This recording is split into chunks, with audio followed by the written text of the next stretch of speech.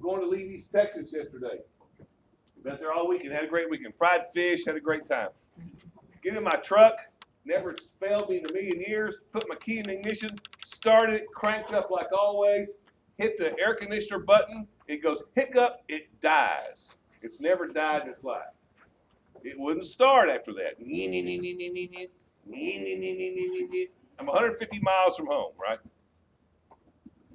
Either it's not getting gas, it's not getting spark, okay? And that's about it, right? Gas, spark, and what else? That's not going to be oxygen, maybe air, but you know. So same thing with a muscle. If a muscle's not working, it's the muscle, it's the joint, or it's the nerve supply. Just simple diagnostics. So I left my truck there. Had to borrow my son-in-law's truck to get home. You think it was the battery? Battery's working fine. Battery cranks fine. All electrical stuff works fine, turns over fine, just won't turn over. Could have been. I mean, it didn't sound like battery. It died. Usually once it starts, it won't. If it's a battery, it won't die. Alternator, keep it running. So you know. You like his truck better? Hmm? You like his truck better? No, I like my truck better. He's got a Chevy. It's a brand new Chevy truck he has, which is not. So I'm driving home. Did y'all get that right? When did the weatherman? I heard Greg Fields on Friday morning say sunny all weekend. Next chance of rain's middle to late this week, right? And he wasn't there. He didn't show up today. Greg didn't show up for I would have fired him. I'm driving home yesterday in Rockwall. It was raining so hard, people were pulling off. It was flooding the I-30. Water was coming across I-30. Right there at Rockwall, down, there by Lake Ray Hubbard. It was terrible. Did y'all get in that rain? Yeah, bad. So if I know function, I can diagnose dysfunction. Then I got to figure out, is it the muscle, is it the joint, or is it the nerve? And that's what we're doing. So how will knowing origin assertions, what type of injuries involve muscles? I mean, what do you have? You have strains, right? Muscle strains. You have tendinous tears, right? What is rehabilitation? Tell me again. Matt, that was good. What's rehabilitation? Helping rebuild or restore the length and range of motion or connection of a muscle. Okay, rehabilitation is helping to rebuild the strength and the range of motion of a muscle. Do you think it's important for your patients to have good muscle strength and range of motion? Yes. And if they don't you think they're more prone to subluxations? Yes. So if you just correct the subluxation, send them home, and they wonder why they have to keep coming back, it's because you're not addressing the underlying problem, correct? We talked last week about motion. It's all about motion, right? If you think about it, everything in you is geared toward motion. To procure food, you got to move around to get it. Now, we've created a society nowadays where you don't have to move very far to get food. A long time ago, though, you had to move pretty far to get food, right? You had to go out and hunt it, bring it back, kill it, clean it, all those things. We don't do that anymore. We drive through Taco Bueno. You know, we have to put the accelerator down and pick up the sack. That's it. Also, in the old days, back when I was a young kid, uphill both ways. We had to run from predators, right? Things ate us. We had to protect ourselves from predators. So, movement was designed to procure food and avoid being eaten. We don't have to do that much anymore, do we? So we've created a sedentary lifestyle. And we wonder why we don't have full range of motion. You know, we don't do those things. We don't stretch it out. We don't push ourselves, right, to full range of motion. You got to do this with your patients. We got to work on this coming to class late, signing in roll sheets. Just let you know. All right, I'm going to pull roll sheets up after 30 minutes every time. So if you're not here about 30 minutes after, I'm not going to let you sign the roll sheet. It's not fair to those who come in on time, right? You agree? Taylor Langbartle's here. No, not here yet. Courtney, you just happened to come in the wrong time. Andrea Ruiz here?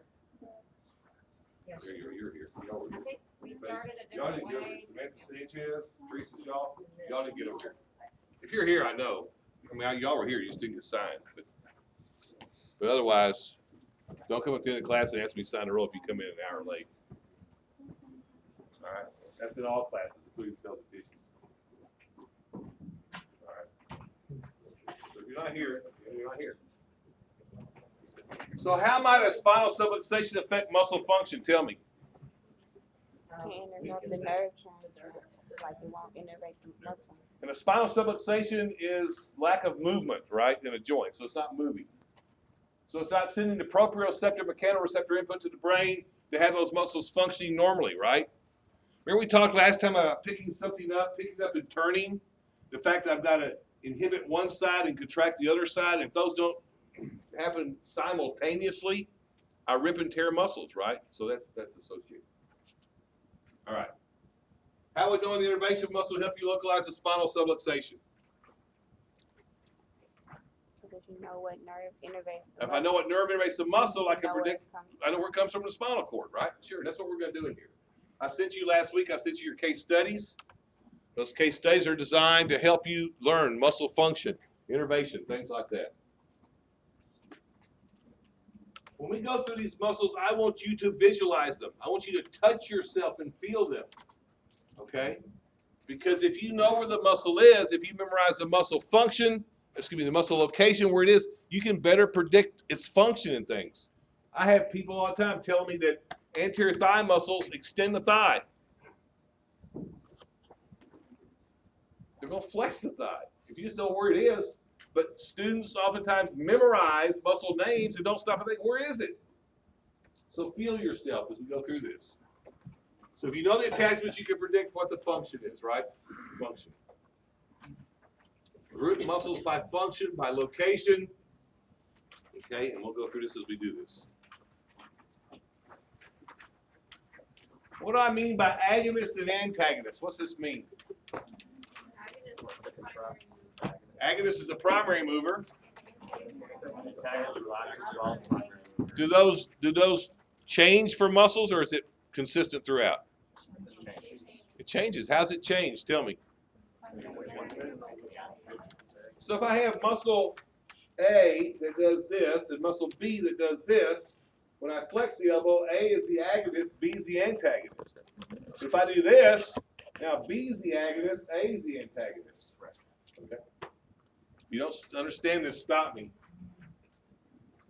So would antagonist be, by definition, that moves it back to anatomical? Antagonist opposes the action of the agonist. Okay, gotcha. An antagonist opposes the action of the agonist. And while I am contracting A, B is relaxing. Think about what would happen if every time you contracted a muscle, it was unopposed. Do you see what I'm saying? To have fluidity of movement, when this muscle's contracting, this muscle's actually relaxing. To give me this gradation fluid motion. Otherwise, eating with a fork would be a deadly thing. You cannot control yourself, all right? You see what I'm saying? Just control. So you'd have holes all in your face. So what do I mean by architecture of muscles? What's that mean? Fibers. In cells and tissues, you saw muscle fibers, right? Long things, right? Multinucleated long things called muscle fibers. You saw them in cells and tissues. And how those fibers are arranged can help predict what the muscle will do. Does that make sense? And we'll talk about some of those. What do I mean by muscle arrangement? It says, understand how muscles are arranged to enhance function. What's that mean? Teresa. Does it mean like which ones are closer to the bone? Like more. Okay, which ones are closer to the bone? Is they're layered? Yeah. Like think about the puberty. Think about the abdominal muscles. I hate this.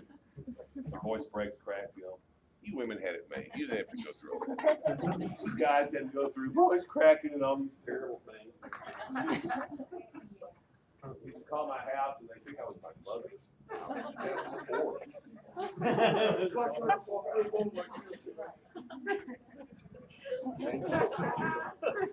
Women never had to deal with that.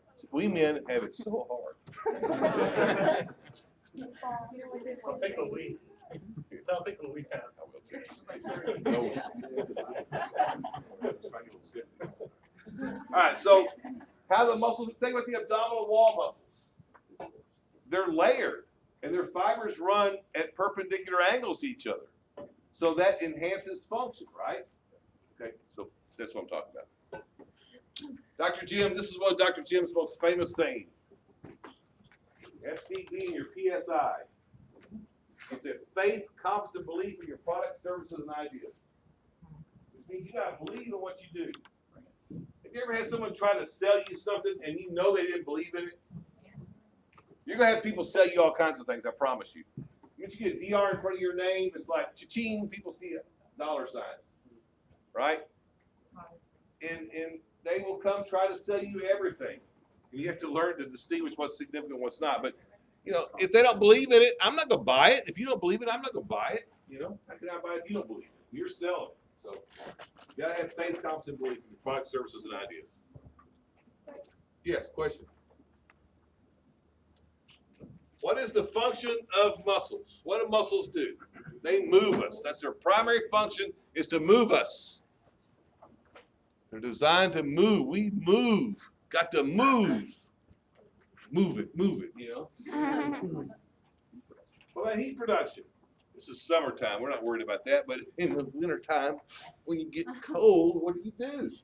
You shiver, because muscles are basically ineffective, or not effective. They're inefficient as far as energy production, and heat's a byproduct of contraction.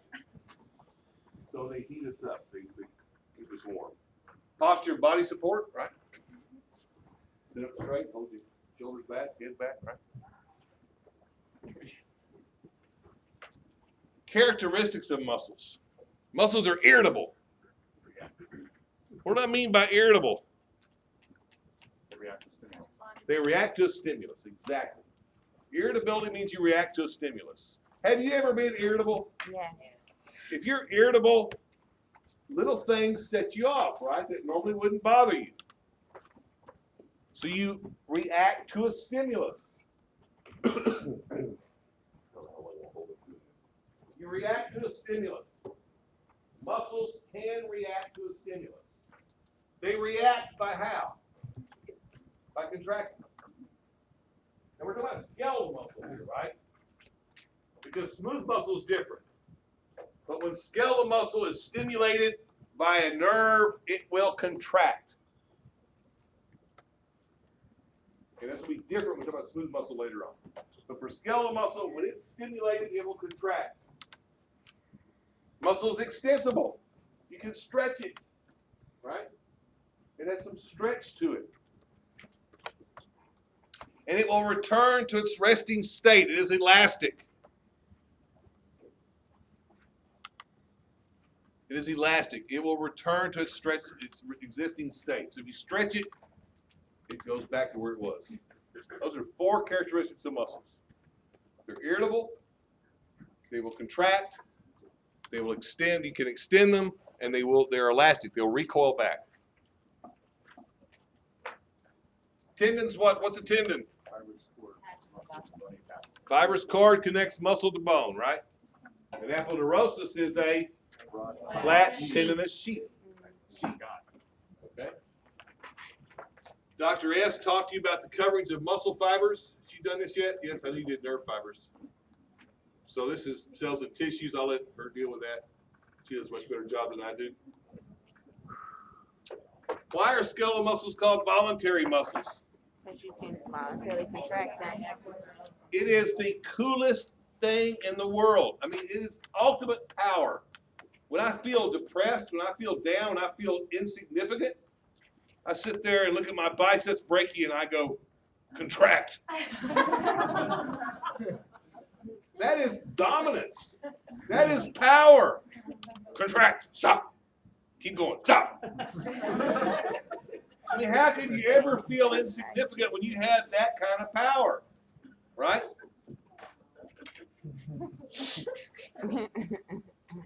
Some muscles, though, contract automatically, don't they? Like the diaphragm. Thank gosh I'm not sitting there going, breathe, breathe, breathe. So you say, well, that's not voluntary. Well, it is, because I can stop it. Not very long, but I can stop it. Maybe my centers will kick in, right? But the rest of the skeletal muscle is basically voluntary. Why is it called striated? Because of the way it looks. It looks striped, right? Because these A bands and Z bands. Is Dr. S on those with you yet? Yes. She will. Z bands, A bands, I bands, active myosin filaments, all those things, right? And produce movement by muscles pull. They never push. They pull. They never push. What's the fleshy portion of a muscle called? The belly. The belly. That's right. The belly. And Dr. S will go over all this with you. So we have agonist. We have antagonist. What's a synergist? Works together. It helps. That's right. It works together. It helps. Fixators do what? Keep it in place. They keep it in place. They steady it, right? They stabilize it. Where flexors flex, extenders extend. Right? Good. This picture is kind of cool. It just shows you that you can predict action by where it is. Someone said one time to me that so flexors are always on the anterior side of the joint. What do you think? No. Mostly true. But what about the knee? The knee's the exception, right? The knee's the exception. But mostly true.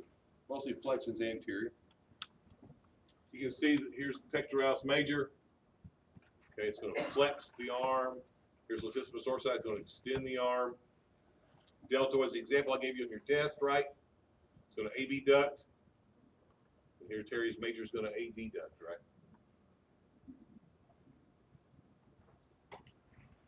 Give me an example of a flat muscle. Abdominal muscles. External abdominal obliques, a flat muscle, right? It's flat.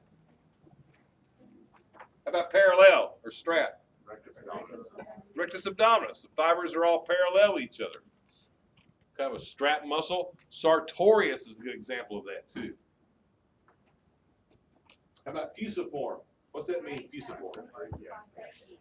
Fusiform is big in the middle and tapers on the ends. Biceps brachii is a great example of that. How about convergent? Pec major. Deltoid. Starts at, it's also called fan muscles. F-A-N, fan muscles. Start out wide and come to a central point. What's the purpose of that? What's the purpose of that? Concentration of the power. Concentration of power. Concentrates power, right? Focuses power on a specific point. Good. Sphincter. Closes it off. Like That's that. right. Opening closes an opening. Like the sphincter around your mouth, around your eyes. Right? They close those orifices. What's pinnate mean?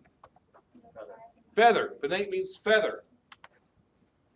And it's, if you think about a feather, it has a central quill, and the fibers come from the sides. That's what pinnate means.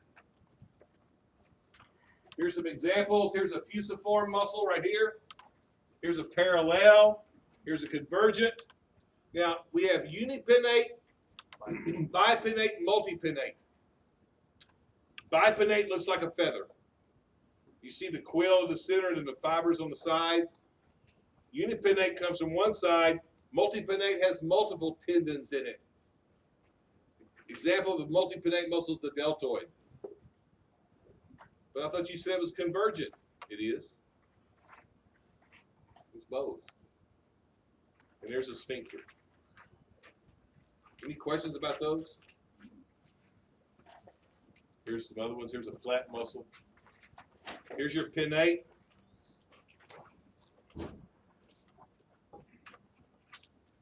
Go look here. You want us to all move forward into these empty seats, so you don't have to. put your voice That's all right. I can hold it. I think he's coming to fix the mic, so we'll hope to get it fixed. It just won't be. It won't be Recorded, so that's a problem. Why is skeletal muscle red? Plus, Heavy high blood supply, right? It's a highly metabolically active tissue, requires major blood supply, so it's red. All right. In skeletal muscle, we have two types of neurons: a motor neuron and a sensory neuron. The motor neuron tells it to contract. What's the sensory neuron tell? Proprioception. Stimulus? Okay, what's the sensory neuron tell it? What's it doing? Tells me, is it contracting? Is it not contracting? No. It tells me what this muscle's doing, right? The sensory neuron's there to tell you the state of the muscle. Now, if I stimulate a muscle, like I stretch it, that sensory neuron will say, we're overstretched, contract. Okay, so that's what you were referring to, I think. Same thing? Golgi apparatus, exactly right, Golgi apparatus. The motor neuron to a skeletal muscle is classified as a GSE neuron, general somatic efferent neuron. General somatic efferent. We'll talk about that more later. The sensory neuron is general somatic afferent. Motor neurons are efferent neurons, sensory neurons are afferent neurons. We know that, yes? Where the motor neuron contacts the muscle fiber is called the neuromuscular junction, also called the myoneural junction. Yeah, and that whole thing is called a motor unit. The myoneural junction. For the nerve to communicate with the muscle, it does this by releasing a neurotransmitter, a chemical. Okay, a neurotransmitter. In the case of skeletal muscle, that neurotransmitter is acetylcholine. Question? Neuromuscular junction, aka myoneural junction. It's where the nerve contacts the muscle. It's where the nerve contacts the muscle, called the myoneural junction or neuromuscular junction. And that contact is called a synapse, right? A synapse. For that nerve to tell that muscle to contract, it does that by releasing a neurotransmitter called acetylcholine. In the case of skeletal muscle, ACH, acetylcholine. And for the muscle to respond to the neurotransmitter, it must have a receptor. Here's the deal. I'm a neuron. You're a muscle. Okay? Bless you. And if I want you to do something, all right, I will tell her to do something. In the case of I'm a neuron, she's a muscle, what's my neurotransmitter? It's my voice, right? It's crossing the space between me and her, but for her to respond, she has to have a what? She has to have an ear, right? She has to have a receptor. Does that make sense? So I'm a muscle, I'm a nerve, she's a muscle. My neurotransmitter is sound, her receptor is her ear. In the case of the muscles, the neurotransmitter is the sound, and the ear is the receptor, okay, the nicotinic receptor. The receptors are nicotinic. Same type of nicotinic as nicotine. We'll talk about that later on, okay? We'll come back to that. Here's a picture of this. Is this a GSE or a GSA neuron, you know? GSE is motor. This is the myoneural junction, okay? This is the axon terminus, the end of the neuron, the axon. You can see the synapse that takes place here, and these little neurotransmitters are all these little tiny vesicles right here called synaptic vesicles. And so this nerve, when it fires, will release these little neurotransmitters, which cause this muscle then to contract. Does that make sense? Dr. S hasn't gone over this with you yet. She will. And you'll cover this in physio. You'll cover this a lot in depth later on. Just know this is me, this is sound, and this is your ear, you know, so.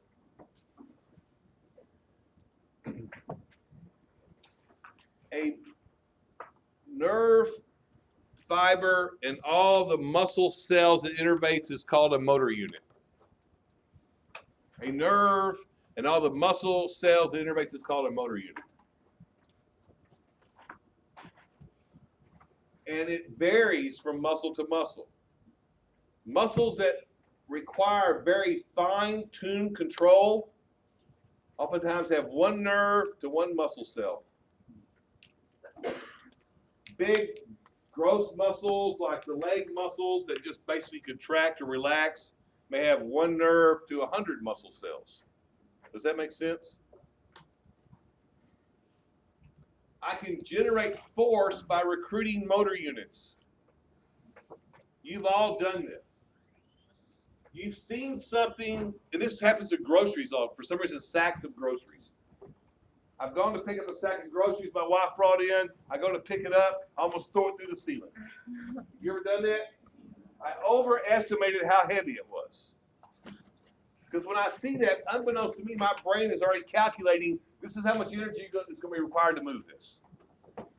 I've also done that with underestimated it.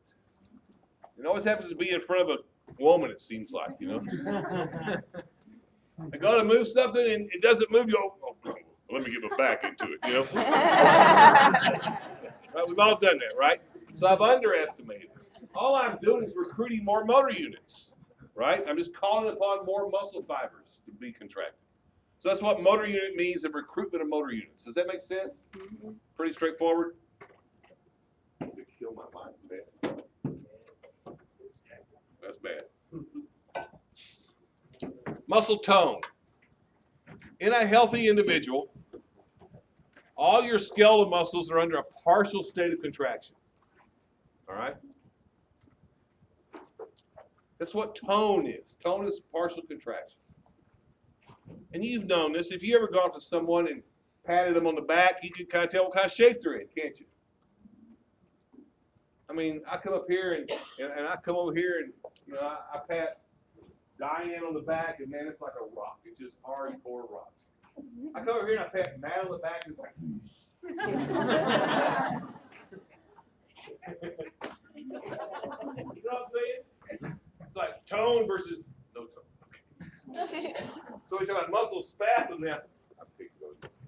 Muscle spasms is what? What's a spasm? Too much tone, right? Too much tone. For flaccidity or flaccid means not enough tone. And the more you work out, the better shape you're in, the more tone your muscles have.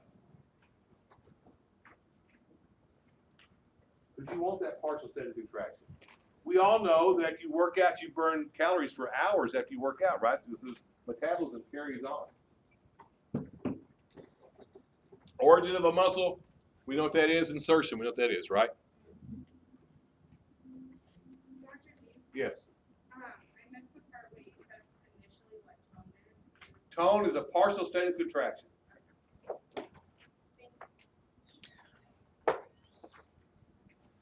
This shows you the biceps brachii, flexing the elbow. Here's the origin.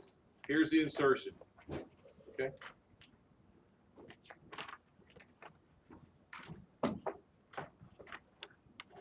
How muscles are named. This is the confusing part. Because if muscles had a universal nomenclature, your life would be much easier. But it's all over the board. And that's just the way it is. If muscles were named by shape, you know, that at least it'd help you be descriptive. Some muscles are, some muscles aren't. Trapezius means an irregular four-sided figure. It's a trapezoid. Quadrate means square. You know, so different muscles are named by shape. Some are named by location, where they are. That helps, at least it tells you where it is. What do you think pectoralis means? Pecto means chest. Pectum means chest. Okay? That helps a little bit, right? At least I can tell where it is if I know what the word means. If all muscles were named this way, your life would be great. Attachments. Sternocleidomastoid. Sternocleidomastoid. All right? It tells me where it attaches. The sternum, the clavicle, and the mastoid process of temporal bone. Wow. That would be awesome. But that's not the case. Size. Maximus. Minimus. Did you ever see the movie Gladiator with Russell Crowe? Great movie. What if he walked out and said, "Hi, my name's Minimus"? It would not have worked, would it? It would not have worked, right? I mean, it's got to be Maximus, right? That's just a powerful name, right? Yeah. Longest or brevest, right? Direction of fibers. Rectus means what? There's an easy way to remember that. Okay, oblique is at an angle. Oblique's at an angle. Rectus means straight, oblique means at an angle. Action. Flexor, that helps. Flexor carpi ulnaris. Flexes the carpus. Cool. Position. What does profundus mean?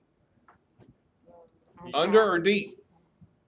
Superficialis is, so the flexor digitorum superficialis is superficial to the flexor digitorum profundus. Right? Yeah. Here's different sizes: quadrangular, trapezoid, triangular, fusiform, rhomboid. Digastric means two bellies. Bicipital, two heads. Quadriceps, four heads. Triceps, three heads, right? So I'm sorry, but it's all over the board. So just get over it. You know? This goes over the shape, the number of heads, the act position, okay, depth, size. Latissimus dorsi. You know what it is? It means the wide back muscle is what it means. You know, stuff like that. So, longissimus, longest muscle. All right. We're going to cover a lot of muscles. You got to commit them to to memory. Is that real? But Is that real? Yes, real. You got to commit. The horse is okay though. They got him out. You got to commit them to long-term memory. Otherwise, you're going to be stuck in a hole like this horse. All right. Because I will tell you right now, if you learn this now in DAA, come next trimester and next trimester 2 and 3, when you're in gross anatomy and biomechanics, those classes will be much easier if you already know this. That's what prerequisite courses are designed to do. Have you known the material before you get to those classes? Okay? If you short-term memorize and forget it, which you will do in 2 weeks after you memorize it for a test, and you get into gross anatomy, guess what? You're learning it all over again. Plus all the new material they want you to know. So learn it now and learn it well. All right? Don't wait till the last minute. Hopefully the first exam showed you you cannot procrastinate and do well. Now there's some naturally brilliant people in here. I know that. There's always those people in the class. I had a guy in my class, never took a note, never just sat there and listened the whole time. And could spit back to you everything the prof said almost verbatim. I'm not that smart, okay? I had to work. I had to study and work and work hard every day to get it, okay? But I could outwork any of them. You know, I mean, I could work harder than the rest of them. And that's what you got to do, have that work ethic to do it. But you got to be motivated. This is fun stuff, I think, you know. I mean, muscles are cool. All right. Just about muscles. Now, you've seen these in lab, yes? So this is kind of a review. All right? Put your finger on your epicranius frontalis. Also called occipitofrontalis in some books. How about your orbicularis oculi? What's oculi mean? Ocular, oculi, eye. Okay? Nasalis. Rhizoris. And orbicularis oris. All right? Epicranius wrinkles the forehead, right? Or raises eyebrows. What's orbicularis oculi do? It squints the eye.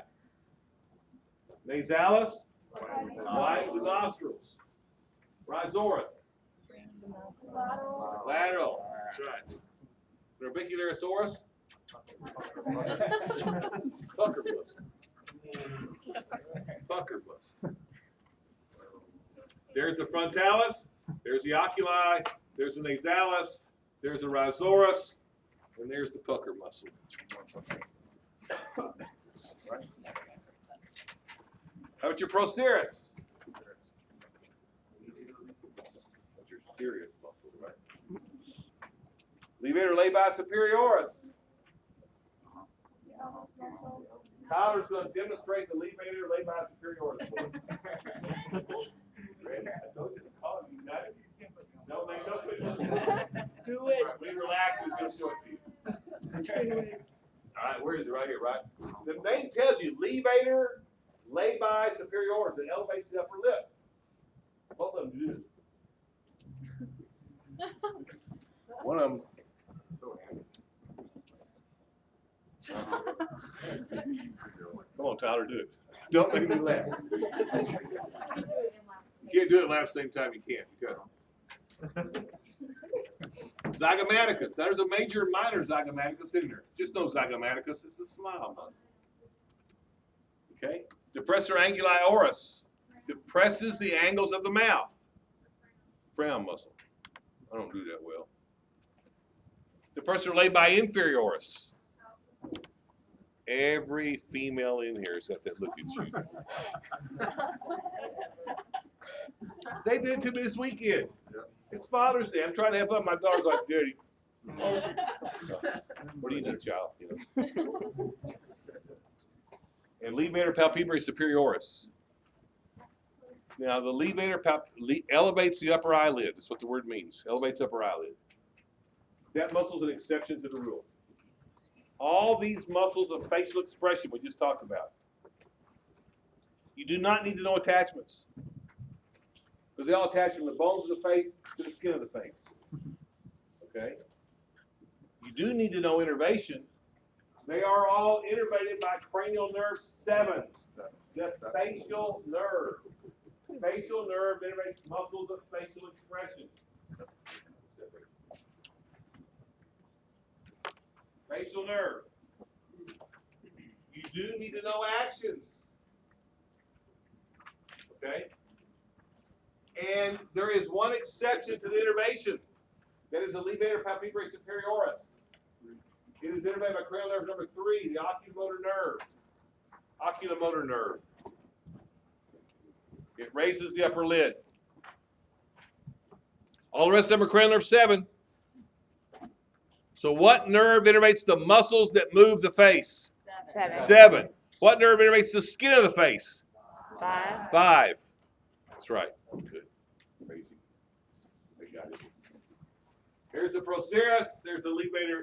Why not call it the Elvis muscle? Elvis has been dead for a long time. He was still the king of rock and roll. Everybody knows. You got, whoa, look at Paige's. Paige, go for it. No, Paige. Paige, whoa, I just saw a good one. Tyler didn't have to do That's right. Paige couldn't do it.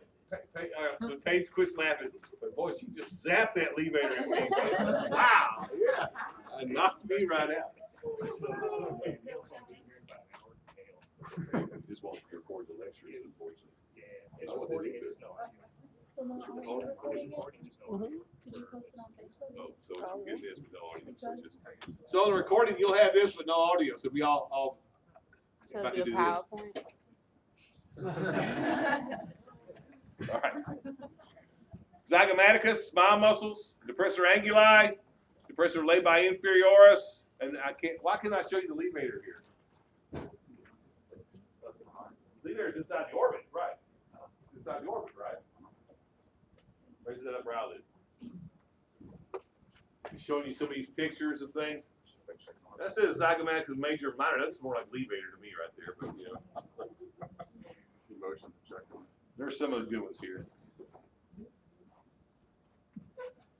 Humans have extremely expressible faces. I read an excellent book one time that focused on the human face. Yes, Sean. Why is it that some people can do certain facial movements, but others can't? Why can some people do certain facial movements, others can't? Genes, practice. Muscle development. Yeah, but why can some people wiggle their ears and other people can't? You know, just has hooked up. I don't know. God made some of us special. I don't know. This book focused on It took people's eyes, and it focused on the eyes. And it went through read the whole book. At the end of the book, it gave you a test over how many different expressions can you determine by just looking at someone's eyes. And it was incredible. It was incredible what you could do. And you know this, when you were a kid and you came home and mom and dad were sitting there waiting on you, you knew if you were in trouble instantaneously before they didn't say a word to you. You look at their eyes and am I in trouble or not? Right?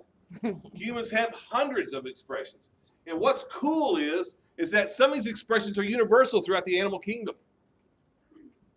The look of fear, the look of joy are pretty universal from all animals. Dogs show these expressions in their faces, believe it or not. That's why vets, I can pick up what a dog's thinking just by looking at his face. Most people don't even recognize it, but that's why they look at thousands of dog faces like I do. You know? A lot of research is being done in this area. A lot of research is being done. Remember there was a movie on TV not too long ago about Lie to Me? Was that it or something like that? TV show, yeah. TV show, yeah, about determining someone's lying by the number of times they blink their eyes. You know, they showed Bill Clinton. I did not have sex with that woman. You know, lie. But then Bill was good at that because Bill was all about definition of words. Well, depends on what is, right? What's your definition of is? Okay, Bill, whatever you think. Now his wife's running for president. I don't know. We'll see. Here are some prototypical chimpanzee faces and human faces. Look at there's similarities between the humans and the chimps. Okay? Joy, scream, this laughter. Look at that. Those look pretty similar, don't they? Play face. Pant or hoot. Now I love this one. This is not a human. This is actually a mannequin. But showing you these faces. And if you look at the eyes, look at the difference in the expression of the eyes. Can you see that? Isn't it incredible how expressible your eyes are?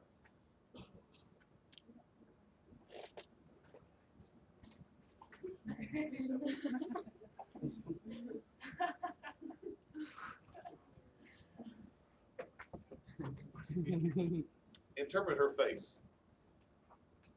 Relaxed and happy. Relaxed and happy? I think she's flirtatious. I think she's looking at sex. That's a sex, that's a flirtatious sex look. And she said you got a chance. That's right. She's saying, hey, big boy.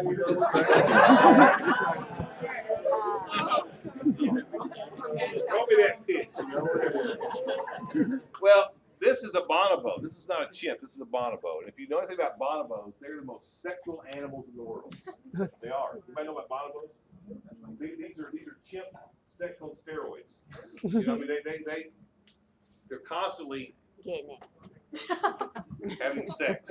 And look at that face right there, like, hey, hey. I mean, aren't those the same facial expressions? It's pretty close, right? How you doing? One's gonna work, one's not. I love this. This is George Jr. If you look at the similarities in the monkey faces in George, this is my favorite right here. That's great. But there's a lot of similarities, all right, between the animal kingdom. Look at it. I don't know how they did all this. Is great, man. I wonder who took the time to put that together. Oh, it's great. All right. Muscles of mastication. These are the chewing muscles, right? The muscles that chew. And in order to move the mandible, the muscle must be attached to the mandible, right? In order to move the mandible, I got to be attached to the mandible. So all the muscles of mastication are attached to the mandible. All these muscles are innervated by cranial nerve 5, the mandibular division, V3. V3. V1 and V2 are all sensory. V3 is sensory and motor. V1 and V2 are all sensory. B3 is sensory and motor.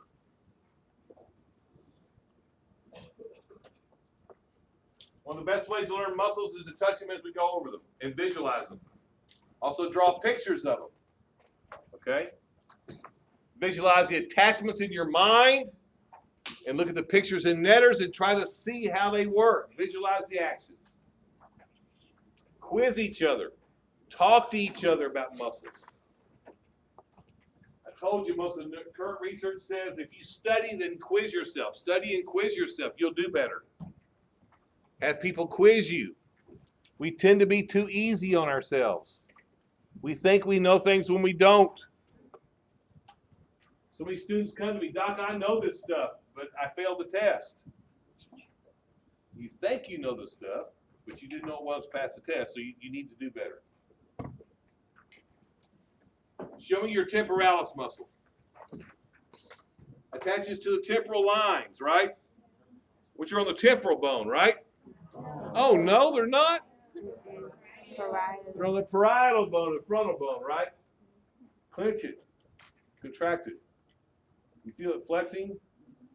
On you, that muscle is paper thin. It's just real thin muscle. On your poodle, that muscle's an inch thick, at least. On a pit bulldog, it's 2.5 inches thick. So it's pressure going, clamping down, right? The temporalis muscle has what action? It elevates the mandible. It closes the jaw. Innervated by what nerve? B3. They're all B3. Temporal lines to coronoid or coracoid process of the mandible. Coracoid process of the mandible. That's the attachments. There it is. The masseter muscle. Bless you. Attachments, actions, innervation. What's the masseter muscle do? Elevates the mandible. Closes the mouth. Innervated by what nerve? B3. Attaches basically from the zygomatic process down to the mandible. Okay? Here's a lateral pterygoid. And the lateral pterygoid is kind of an interesting exception to the rule. Of these 4 muscles, 3 of them elevate the mandible, 1 will depress the mandible. The lateral pterygoid is a depressor. It will depress the mandible. And there's medial pterygoid. What nerve innervates those 2 muscles? B3. There's temporalis, there's the pterygoids, there's the masseter. We're not going to cover with the buccinator. So temporalis, temporal lines, coronoid process of mandible, masseter, zygomatic arch, lateral process, lateral portion of the mandible. Why are they called the pterygoids? They attach to the pterygoid plates of the sphenoid bone, right? That's why they're called medial lateral pterygoids. The sphenoid bone to the convolular process of the mandible, it depresses the mandible. It protracts the mandible. It helps move the mandible side to side. That was that muscle giving my daughter fits when she was having those problems, that jaw clicking. Medial pterygoid, sphenoid bone, pterygoid processes of the sphenoid bone. Medial aspect, and there's the lateral, there's the medial. It elevates the mandible, moves the mandible side to side. It can also help protract to a certain degree. So, of the 4 primary muscles of mastication, 3 elevate, 1 depresses. You know it's a test question.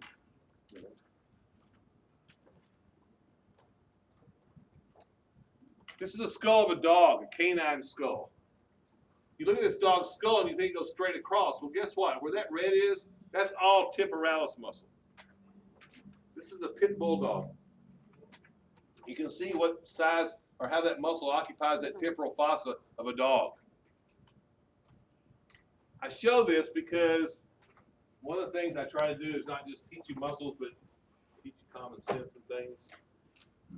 Texas leads the United States in number of dog-related deaths, dog-attack deaths. 7 people in Texas last year died being killed by dogs.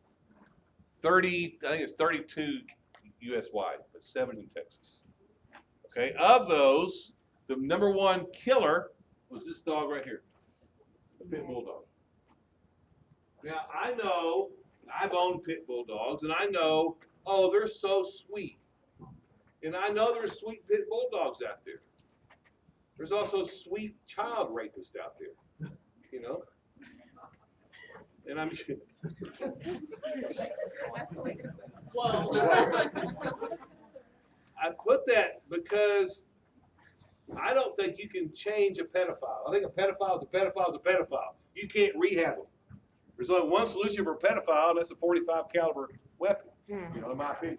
All right? Okay, I'm being serious. You can't change a pit bulldog. Okay? A pit bulldog's a pit bulldog. They can be nice 95% of the time, but you give them the right provocation, that dog will do what a pit bulldog's bred to do. That's fight. Okay? You see, the reason there's 250 some odd different breeds by the American Kennel Club is because these dogs were genetically bred for specific purposes. And where we deal with issues with dogs is when they're not allowed to achieve their genetic potential. Why are so many dogs put in pounds and things like that, and they've got behavioral issues? They got behavioral issues because you took a Labrador Retriever that was designed to hunt ducks in freezing water and run 20 miles a day. You put him into an apartment. And you think you're exercising when you walk him around the block. You know, they didn't warm the dog up, and yet the dog starts chewing up everything and destroying stuff and going crazy because the dog's going crazy because he can't reach his genetic potential. Okay, a pit bulldog was genetically designed and bred to fight other dogs in a pit. Okay, that dog is a great dog, but you click that switch, and have you ever seen one? Yeah. They go flipping crazy. Okay, I'm talking about crazy, and they don't turn off until it's over.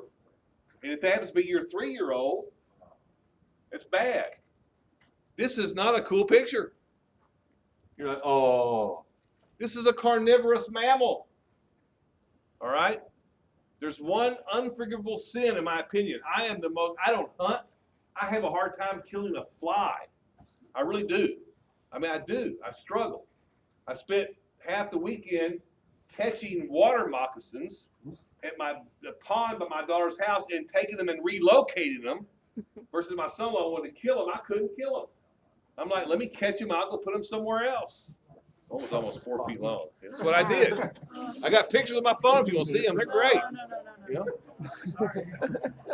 You know, I couldn't kill them. How did you get him in that like? Good. I catch him, put him in a box, and carry him, let him go. You know, so I love animals more than anybody. But there's one unforgivable sin, and that's an unprovoked attack upon a child by a dog or an unprovoked bite. I've never euthanized a healthy animal in my life except an animal who has an unprovoked attack on a child or a human bite. Because once they do that, they'll do it again. And you can't rehab them. It's like a pedophile. You can't rehab them. You can't make them better. You can't change it. All right? They may go for 2 years not do it, and also they do it again. And I want that to be my child. All right? This child's nose was taken off by their pet dog. And look at you know why the father's bandaged? Because he jumped in to stop the attack. All right? Now, in Try-5, if we're blessed enough to be together in Try-5, I've got a whole section on dog attacks. I'm going to show you some pretty graphic pictures, okay? Because I want you to be safe and be careful. You see, humans, we are primates. We are frontal greeters. We hug, okay? Canines are not frontal greeters. How many dogs have you ever seen come up and hug each other? They come up and sniff their butts. Now, thank God that's not us, you know. All right, now we don't greet like that. I guess it'd be normal, so we'd be okay with it. But you know, and so when we hugging to a dog is a sign of dominance. Mounting is dominance. So you take a dog and the little kid, oh, little sweet dog wants to hug the dog. That dog interprets that as this animal's trying to dominate me. And so what an animal's going to do is they're going to snap. All right, bite, get back. A dog's covered in hair. Yes. Have you ever seen two dogs get in a fight? Hair flies everywhere, and there's not a mark on the dog. Because that hair acts as an insulator. We're not covered in hair. So a dog grabs us, it tears skin versus the teeth sliding off like they would another dog. So just think about that, all right? Extrinsic ocular muscles. Well, I want you to be educated. I have What? a friend that had a dog that attacked somebody and she didn't do anything about it, and the next person that bit was someone's child in the face, and then she put the dog out. Because it's gonna be okay. Yeah. Just like pedophiles, it's gonna be okay. I have a problem with this. I don't agree with it. Because my dog bit a hole in my nose because I was like little and I was pushing my hat against his nose and he bit me, but he's never bit me again and we had him for 14 more years. You're lucky. That doesn't mean you disagree with me, but you're lucky. I'm telling you, I'm a professional. I know what I'm talking about here. It's dangerous. And you were lucky. You dodged the bullet. And my Right. dog that I have right now bit my dad because he pulled him away from the lawnmower. And he's a pit. If it's a provoked attack or unprovoked, I'm just telling you, you're lucky. And you can dodge bullets. And God bless you. I hope it never happens to you ever again. But I'm telling you, if it's my recommendation to you, I'd say put the animal to sleep. That's it. I'm just telling you. And you can be the way you want to be. But you can bump up, but something's gonna bite you in the butt. It's gonna bite you in the butt one day. I've heard chiropractors tell me there's no reason being about dog safety. Don't worry about dog safety. I've adjusted animals all. I've never been bitten. I think you've been lucky. All right, that's what it's telling you. I guess everybody has an opinion. You can have opinions, but I can quote you stats and statistics and prove what I'm saying. But everybody has an opinion. It's not belly buttons, you know, everybody's got one. All right. And I appreciate that. And I hope you're lucky the rest of your life. The extrinsic ocular muscles, what do they do? What are extrinsic ocular, what's the difference in extrinsic versus intrinsic ocular muscles? What's the difference in extrinsic versus intrinsic ocular muscles? Okay. Extrinsic ocular muscles move the whole eyeball. Intrinsic control the pupil and focus. Okay? Control focus. The intrinsic eye muscles are smooth muscles. The extrinsic eye muscles are skeletal. Smooth. Yeah, intrinsic are smooth. Extrinsic is skeletal. And the innervation of the extrinsic ocular muscles is by cranial nerves.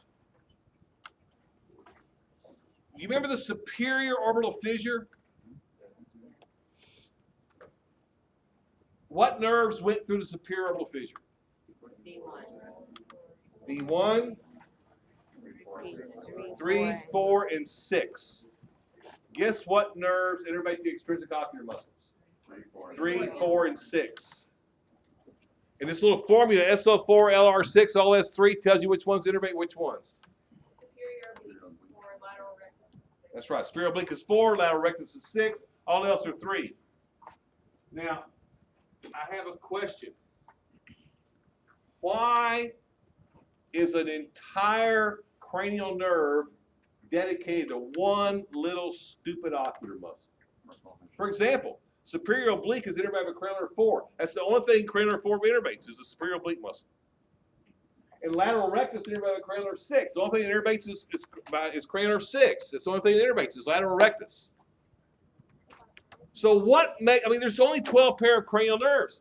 What makes a muscle so significant it has its own cranial nerve? Peripheral vision. Lateral rectus points the pupil outward. Superior oblique points it down and out. Down and out. Rotates the pupil so it points down and out. Lateral rectus is lateral. Superior rectus points it down and out. People who had good peripheral vision lived to reproduce. Those who didn't. Makes sense? Do you know that an iguana, you may disagree with this, an iguana has a parietal eye? You know what parietal eye is? It's an eye on top of their head. Why? They do. They actually have ocular tissue on top of their head. It's not an eyeball like our eyeballs, but it's actually can sense light and dark. Why would it be advantageous for a lizard to have some sensitive tissue on top of his head that perceives light and dark? Right. Birds. Birds come in, it gets a shadow, oh my God, run. Okay? We don't have that because birds didn't eat us. I'm telling you the truth. Oh my God, run. All right. That's right. I have a t-shirt at home. Courtney's gonna like this. This t-shirt says, "This dog won't bite. This horse won't kick. Hello, I'm with the federal government. I'm here to help you." On the back it says, "Everybody lies." All right, so superior oblique, lateral rectus. You see how the oblique works? You see this? The oblique has this little trochlea. This is the medial side of the eye. On the medial aspect, and when this muscle contracts, it rotates the pupil. It rotates the eyeball inward, which points the pupil outward. Does that make sense? By rotating the eyeball inward, it's called intorsion. It points the pupil outward. Here's those muscles you see here, superior oblique, right? Here's cranial nerve 3 coming through here.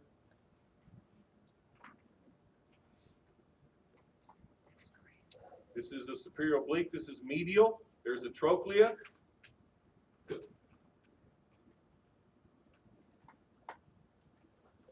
This is the intorsion. See how it rotates the pupil? It rotates the eyeball this way. It points the pupil down and actually outward. This doesn't show it outward, but it goes outward. This arrow points it outward. Because that was confusing.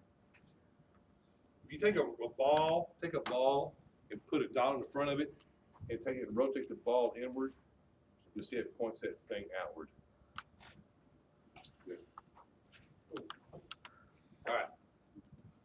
There they are. There's the levator palpebrae, superioris, superior oblique, okay, superior rectus, lateral rectus.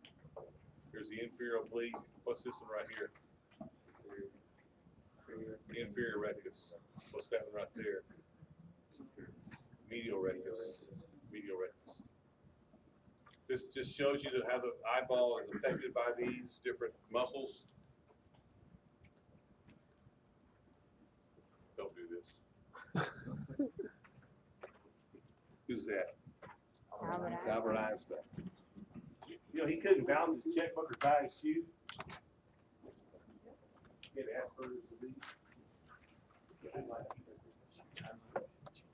Bringing people in the world, couldn't tie his shoes or balance his checkbook. The muscles of the tongue, because we have extrinsic and intrinsic muscles of the tongue. What do the extrinsic muscles of the tongue do? Move the whole tongue. They move the whole tongue. What do intrinsic muscles do?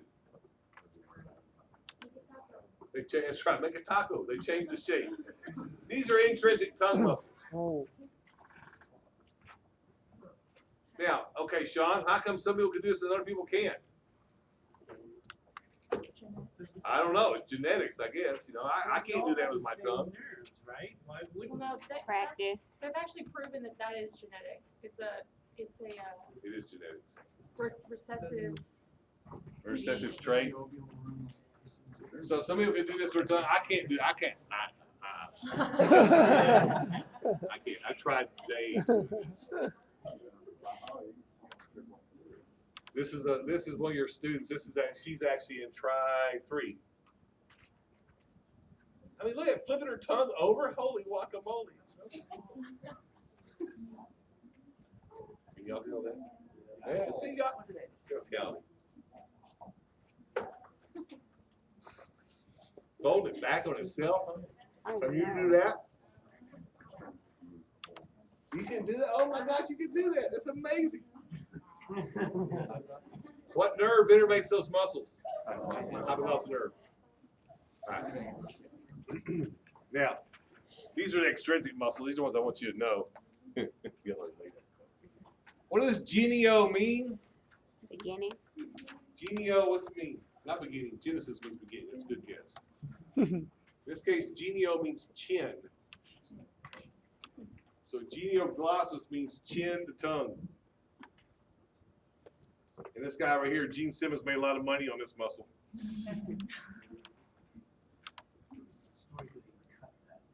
Yeah, I heard he cut his freedom. I don't know. Courtney and I could disagree, but I think Kiss is a terrible band. Do you like kids? Yes. I knew she would.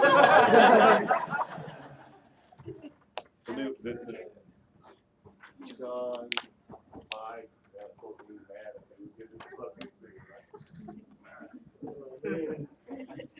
I think kiss and kiss. Actually, this is so chin to tongue, it suppresses and protracts the tongue. There it is right there. See what that muscle does? It's gonna pull the tongue forward, right? It's gonna depress it and protract it. Contraction of deoglossus stabilizes and enlarges the portion of the upper airway that's most vulnerable to collapse. People have obstructive sleep apnea. You ever heard about that? It's because of relaxation of deoglossus, the tongue falls back into the throat. They stop breathing. Okay? So I presume, and I don't know for sure at research, but I guess you could strengthen this muscle, increase the tone of the muscle, decrease that fall in the back of your throat, causing sleep apnea. So it has significance. So, isn't, One, two, just it's, I don't know. so that's the muscle underneath the tongue? Yes, it's under the tongue. So isn't the tongue itself a muscle? Yes, yes. The intrinsic muscles of the tongue, yes. But no, I mean like the actual tongue, isn't it a muscle? Well, that's what this all is right here. These are all the tongue muscles. Okay. So tongue is a bunch of little cross-fibered muscles, yes. The tongue is a muscle. But that's what these are. These are intrinsic muscles. That's what that is. Intrinsic muscles are the tongue. Makes good tacos. The tongue does. Does that answer your question? So these muscles move the tongue. Right, but I was asking the actual tongue. It's made up of intrinsic muscles. Okay, yeah. Yes, So, they're little muscles. Where does the styloglossus go? Styloglossus. Styling process, the tongue. It's going to raise the tongue, elevate and retract it, pulls it back in your mouth. I love this thing, hyoglossus. Hyoglossus. Away. Hyoid bone depresses the sides of your tongue. I don't do this. Dr. Jim said, to fulfill my mission, talent, destiny of the universe, and attract the naturally right patients, persons, places, things, events, and situations for me, I will love each patient and person as a father, mother, brother, sister, or child. It's hard to love people sometimes, isn't it? Yes. Courtney's working on trying to love me right now. You have to understand there's a difference in an opinion and a professional recommendation. As a professional, I'm liable for everything I say to you. If I tell you dogs are safe after they bite a person, I'm liable for that. And therefore, my recommendation is not to take that risk. Because if you get bit, then I'm liable for that. That's the truth. I have to watch my opinions. You have to watch your opinions too. One day your opinions will be worth money. People will sue you for your opinions. They will. You gotta watch what you tell people. Right? So I have to love even PB. I love PB, you know. I even forgot what Heather's real name was. I had all these tests I was passing back in class and I didn't know who Heather was because it didn't have PB on it. I didn't know her real name. It's terrible. All right. Muscles of the neck. Platysma. Bless you. Where's the platysma? Show it to me. There's this one right here, right? What's platysma mean? What's it mean? Flat, plate. That means flat or plate. Innervated by cranial nerve number 7. It depresses the mandible. Okay. The lower lip helps depress the lower lip. Tenses the skin of the anterior neck. It's called a shrink muscle. There's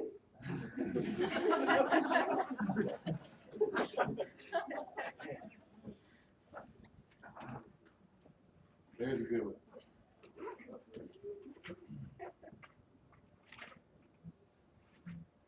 Sternocleidomastoid. I love this muscle. You will see this muscle again. It's innervated by cranial nerve number 11 and spinal nerve C2, C3. That's what C2, C3, spinal nerves, C2, C3. Back when I was about 15, 16 years old, it was in the 60s, and things were changing in this country. This country was going through a lot of big changes at that time. It's really cool to see all the changes that were going on. A lot of them were very good. But people were changing, you know, kids were becoming different. You know, they were experimenting with things and doing weird things. The guys were growing their hair long, and clothing styles were changing. And about that time was when we first started seeing bell-bottoms, bell-bottom blue jeans. And I'm from Texas, and, you know, I mean, I grew up with Wrangler jeans and cowboy boots. But, you know, I mean, you get influenced by the changes, and so I went out and bought me a pair of bell-bottom blue jeans one day. Back in those days, though, the only place you could buy bell-bottoms was an Army Navy store, because sailors wore bell-bottoms, right? And the only place you could buy them was Army Navy store, and they were true hip huggers, little slit pockets in front, and a drawstring, and huge bells. So I'm wearing bell-bottom blue jeans with cowboy boots. People growing their hair long, you know, during those days, and each generation is marked by, you know, different dress styles, clothing styles. Yeah. Like one of the clothing styles nowadays is wearing your pants around your legs. You know, down here. I don't see it much anymore, but I did for a while. And guys, how do you keep your pants up when they're that low on you? Have you ever figured that out? You know, I don't like that. It's weird looking. But back in those days, there's bell bottoms and long hair. And the way we walked, and people walked with this, you know, when you had these jeans, so you put your hands in your pockets, and you'd walk, and you'd do this. Okay? And why we did this, I don't have a clue. All right, but talk to your parents and walk in the house when they do this. Go, hey, Mom.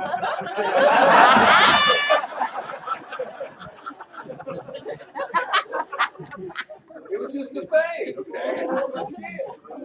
You know, your hair was long. I used to have hair to here, you know? And when I have pictures. There's somewhere, I don't know. Well, that's when I had hair. I had a mane back in those days. So, but what I didn't realize was that I would actually use this story one day to teach about a muscle in class, because this action, this is the sternocleidomastoid, okay? Because what the sternocleidomastoid does, it flexes the neck and extends the head. Okay, it's the duck muscle, like duck, you know, like duck.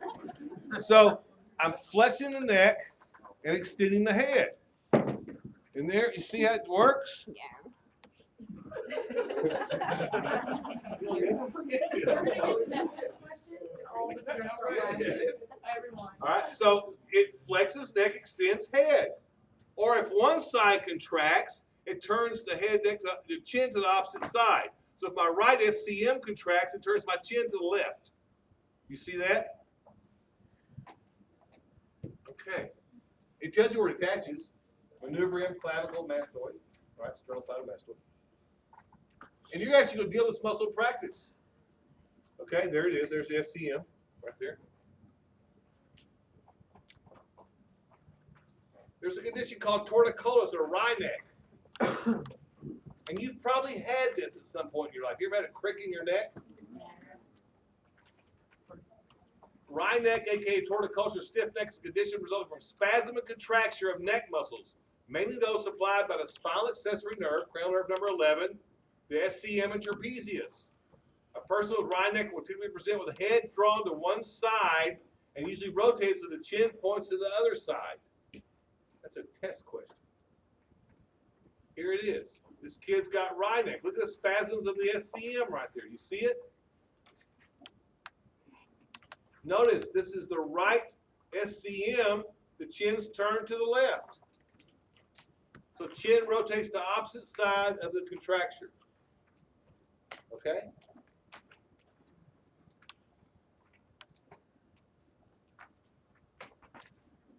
So, there's the SCM, there's platysma. What caused that on a child? Is it just a birth kind of? No, I mean, Heather asked what could cause on a child. It could be trauma, be toxins, it could be nerve irritation. You'll adjust these people and help them. They can be born too.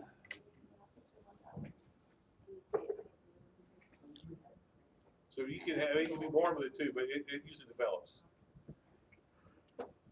So how does the SCM extend the head and flex neck? You see what it does? It's not just extending the head, it's also pulling the neck downward. So it's flexing the neck, extending the head. You have a hard time with that sometimes. Last thing this morning, real quick, scalene muscles, because Courtney asked me about this weekend. She really did. Scalene muscles, the anterior, middle, and posterior scalenes. I want you to know there's overlap here. Notice this transverse processes. There's overlap, there's individual variation. What I want you to learn from this is don't memorize that anterior is C3 through C6 or middle C2 through C7. Just learn that these muscles come from the transverse processes of cervical vertebra. The anterior middle insert on the first rib, the posterior inserts on the on the second rib. Anterior middle, first rib, posterior, second rib. Okay? So that varies. But the significance here is what comes out between these muscles. There's the anterior, there's the middle, there's the posterior scalene. If you look at a picture, there's anterior scalene, there's middle scalene, there's posterior scalene. This is a picture showing you these are the longest colli muscles. Here's the anterior scalene, here's the middle scalene. What is that right there, that yellow stuff? That's the brachial plexus. Anybody know what? Okay, that's the brachial plexus right there. What is that, you know? It's a phrenic nerve. What's the phrenic nerve supply? Diaphragm. If I have cervical subluxations, creating spasms in the scalene muscles, compressing the phrenic nerve or brachial plexus, I will have nervous signs and symptoms in my upper extremities. It can also affect my breathing. If I decrease the oxygen to my brain, I've affected my overall life, right? For the worse. So can you see how people with cervical subluxations may complain of tingling and numbness and pain in their extremities? Make sense? You fix it, you'll fix it. Okay. You guys have a great morning. Thank you.